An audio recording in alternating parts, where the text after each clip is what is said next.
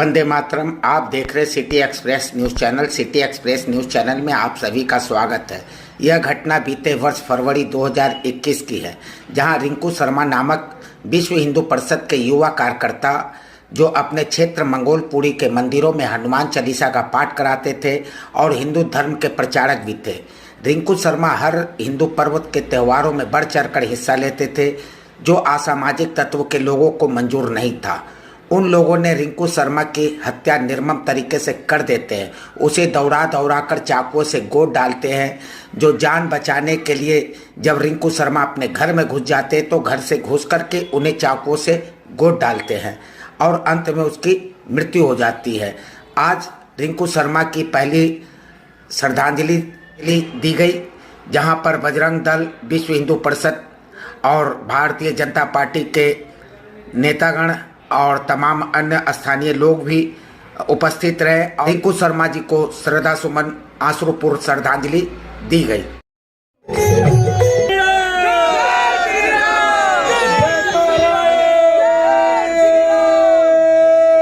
वीर बजरंगी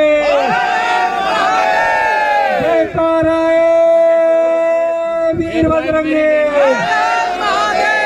हम सभी से अनुरोध है क्या कृपा से पीछे हट गए, आप अपनी सीटों में बैठ जाए, आराम से श्रद्धांजलि करना, एक एक करके पुष्पांजलि करना। आप थोड़ा प्रोटोकॉल का भी ध्यान रखो भाई साहब।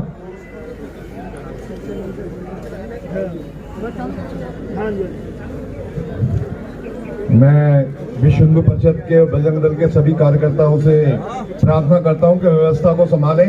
और जब समाज के लिए आप खड़े होंगे, धर्म की रक्षा आप करेंगे तो धर्म आपकी रक्षा अपने आप करेगा। दिल्ली के अंदर ये क्या रायता फैला रखा है आप लोगों ने, फ्री फ्री फ्री फ्री। अरे फ्री के चक्कर में हमारा राम भक्त मारा गया, फ्री के चक्कर में अंकित सक्सेना मारा गया, फ्री के चक्कर में डॉक्टर नारंग की हत्या हो गई। साथियों, संकल्प लेना पड़ेगा, संकल्प लेना पड़ेगा।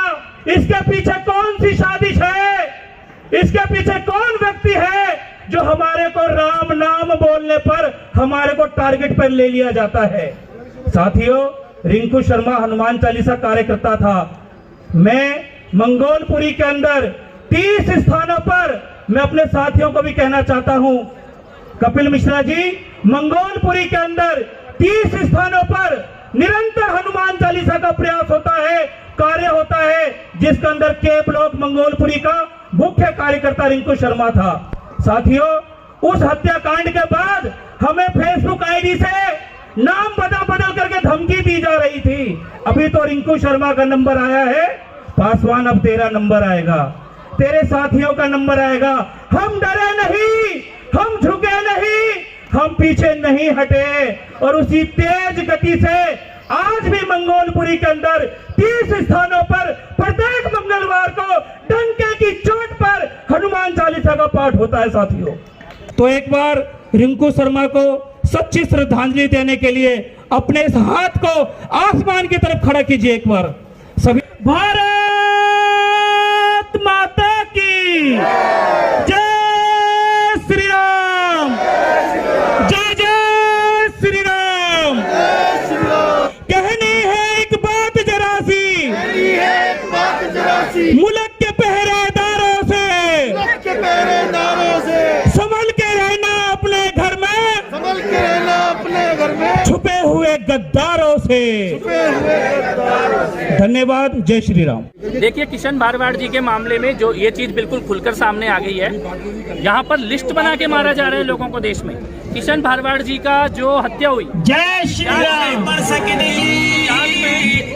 भारत माता की। गुजरात एटीएस ने जांच करी है। रिंकू शर्मा अमर रहे, रिंकू शर्मा मस्जिद में से हथियार दिए गए। रिंकू शर्मा, मुझे लगता है यही पैटर्न है जो इन सभी मामलों में, चाहे वो किशन भारवाड़ जी का मामला हो, रूपेश पांडे जी का मामला हो, ये लावण्या को जिस प्रकार से धर्म परिवर्तन के लिए पहले फोर्स किया गया फिर आत्महत्या करनी पड़ी है, ये मामला हो, रिंकू शर्मा जी का मामला हो, इस मंगोलपुरी में हीरा गुजराती जी का जो हत्याकांड है, ये सब मामलों में ये समझ में आ रहा है कि लिस्ट बनाकर लोगों को मारा जा रहा है, हिंदू धर्म के लिए काम करने वाले लोगों को मारा जा रहा है। एटीएस के रिपोर्ट में ये सारी चीज़ें निकल कर आ रही हैं। गुजरात एटीएस की रिपोर्ट में निकल के आई, यूपी एटीएस की रिपोर्ट में निकल के आई है। और उसके बावजूद भी देश में जो माहौल है हमारे शवों पर भी सन्नाटा है और उनके हिजाब पर भी हंगामा है। ये देखकर सबसे ज़्यादा आक्रोश आता है और ये आज जरूरी है रिंकू शर्मा जी के बलिदान के दिन ये संकल्प ले कि हमें इकट्ठा रहना ही होगा। सर यही अभी एक मुद्दा, बहुत बड़ा मुद्दा भी बनता जा रहा है, हिजाब। क्या देखिए, हिजाब के मामले में मैं ये कहना चाहता हूँ, कल ओवैसी ने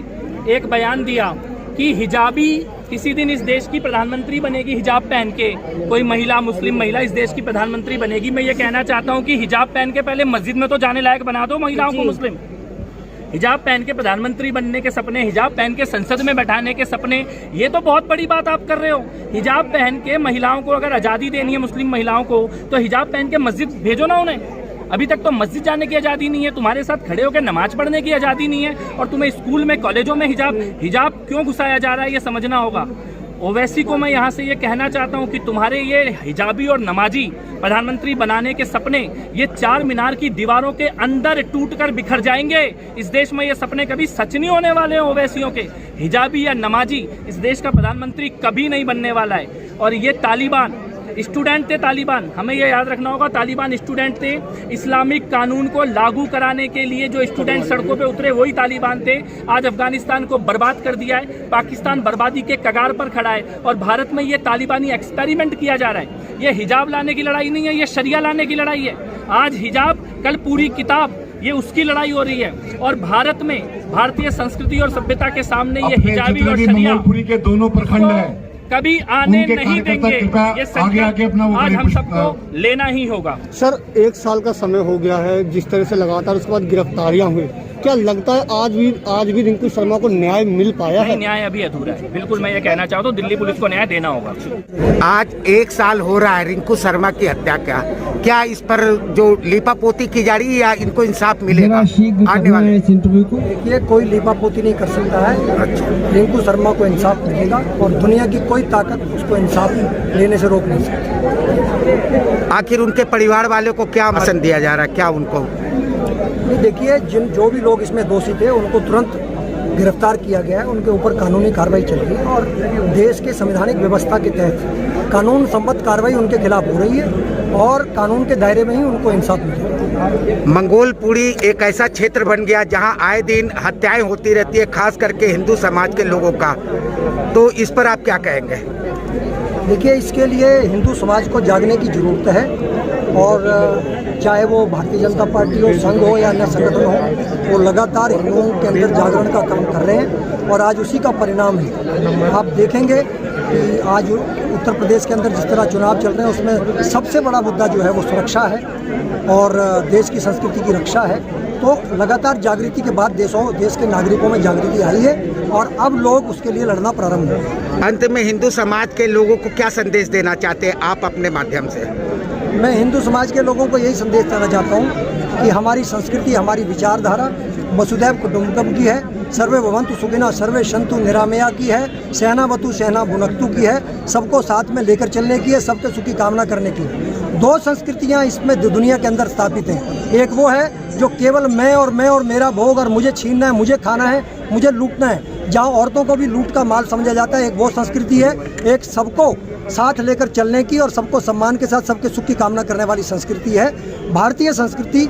अगर दुनिया के अंदर सुख, शांति और समृद्धि लानी है, और ये जो दुनिया के अंदर बहुत सारे झगड़े चल रहे हैं इनको समाप्त करना है, तो भारतीय संस्कृति की विचारधारा को, सर्वे भवन्तु सुखिनः के जो, और सेनावतु और सेना भुनक्तु के जो हमारे विचार है और हमारा वसुधैव कुटुम्बकम का विचार है, उसको सारी दुनिया के अंदर लेकर जाना होगा। मैं समझता हूं कि आज नरेंद्र मोदी जी के नेतृत्व में वो विचारधारा दुनिया के अंदर मजबूत हो रही है, और लगातार भारतीय दुनिया के अंदर मजबूत होकर अपनी विचारधारा को आगे बढ़ा रही है। जब तक इसी तरह निरंतर प्रयास करता रहेगा और जिस दिन हिंदू जाग जाएगा, ये मंच लगने बंद हो जाएंगे, क्योंकि मंच की जरूरत जब नहीं रहेगी। मंच की जरूरत अभी इसीलिए है कि हिंदू जाग नहीं रहा, हिंदू एक नहीं हो रहा है, जिसके कारण ये मुगलों की औलाद हिंदुओं की निरंतर हत्याएं करते जा रहे हैं। जो भी एक भी कोई कार्यकर्ता अगर मजबूत होता है, हिंदुत्व की आवाज उठाता है, तो उसकी हत्या ये कर देते हैं मिल करके। और उनको सपोर्ट मस्जिद और मदरसों से मिलती है। और हम हिंदुओं को जगाने की पूरी कोशिश कर रहे हैं कि जिस दिन हिंदू जाग जाएगा मंच लगने बंद हो जाएंगे और इन मुगलों की औलादों को उन्हीं की भाषा में जवाब दिया जाएगा। बजरंग दल विश्व हिंदू परिषद दोनों लगा हुआ हिंदुओं को जगाने में। जब हिंदू जाग जाएगा ना तो श्रद्धांजलि हमारे कार्यकर्ताओं को नहीं दी जाएगी, श्रद्धांजलि उनके परिवार वालों को दी जाएगी जो इस प्रकार का घोर अपराध करते हैं हिंदुओं के साथ। नहीं देखता कि हिंदू है या मुसलमान, सामने खड़ा हुआ व्यक्ति एक इंसान है, ये देख करके उसकी मदद करता है, लेकिन फिर भी हमारे समाज के ऊपर आघात होता है। इस आघात को हमें निरंतर रोकना होगा, निरंतर रोकना होगा। क्यों रोकना होगा? कि आने वाले समय बड़ा खराब हो रहा है, आप लोग उसको पहचानो। जैसा जी अभी हमारे कपिल मिश्रा जी ने बताया, कई क्षेत्रों के बारे में आपको, कई राज्यों के बारे में बता दिया होगा कि ऐसे ऐसी घटनाएं निरंतर चल रही हैं। तो एक साजिश, एक प्लानिंग है। इस प्लानिंग को रोकने के लिए हमें खड़ा होना पड़ेगा। इस ब्लॉक के चौक पर श्रद्धांजलि सभा रखी गई थी, इस विषय में आप क्या कहेंगे अपने भाई के लिए? श्रद्धांजलि सभा रखने का मेन मकसद यही था कि हमारे को इंसाफ मिले, सभी लोग एकत्रित हुए कि जागरूक हुए हिंदू। मेन मकसद यही था कि भाई को इंसाफ मिले और हिंदू जागरूक। तो क्या आपको उम्मीद नजर आ रही है? जी, हिम्मत मिलती है अगर एकत्रित हो रहे हैं हिंदू, तो ये भी लगता है, हौसला बढ़ता है कि हाँ हमारे साथ सभी हैं, सभी साथ खड़े हैं। कौशल भैया भी खड़े हैं, डॉक्टर भी खड़े हैं, अंकल जी और मेरे भैया भी हो गए और भी सभी लोग हो गए। सारा पूरा मतलब भारत का हर एक हिंदू कंधे से कंधा मिलाकर खड़ा है, तो एक हौसला मिलता है कि हाँ इंसाफ मिलेगा और जरूर मिलेगा। श्रद्धांजलि सभा के बारे में मैं इतना ही कहूँगा कि बस जिस दिन इसको इंसाफ मिल जाए, असली श्रद्धांजलि को उसी दिन दी जाए। यही उसको सच्ची श्रद्धांजलि है कि हम उसको इंसाफ दिला सके, जिन्होंने उसकी निर्मम हत्या की उनको कानून के माध्यम से सजा दिला सके। मंगोलपुरी क्षेत्र में आए दिन हत्या होती रहती है, इस पर प्रतिबंध कैसे लगेगा? देखिए, ये विषय प्रतिबंध तो एक न्यायिक प्रणाली है जहाँ ये सारा स्थानीय पुलिस का काम है। लेकिन मैं एक बात अवश्य कहूँगा, अगर आपने ये सवाल मेरे से किया है तो मैंने हमेशा एक बात कही है, जितने भी हमारे युवा साथी हैं हिंदू परिवारों के, जो भी साथी इस आवाज़ को मेरी को सुनेंगे, मैं हमेशा एक बात कही कि अपनी आँख और कान खुले रखें।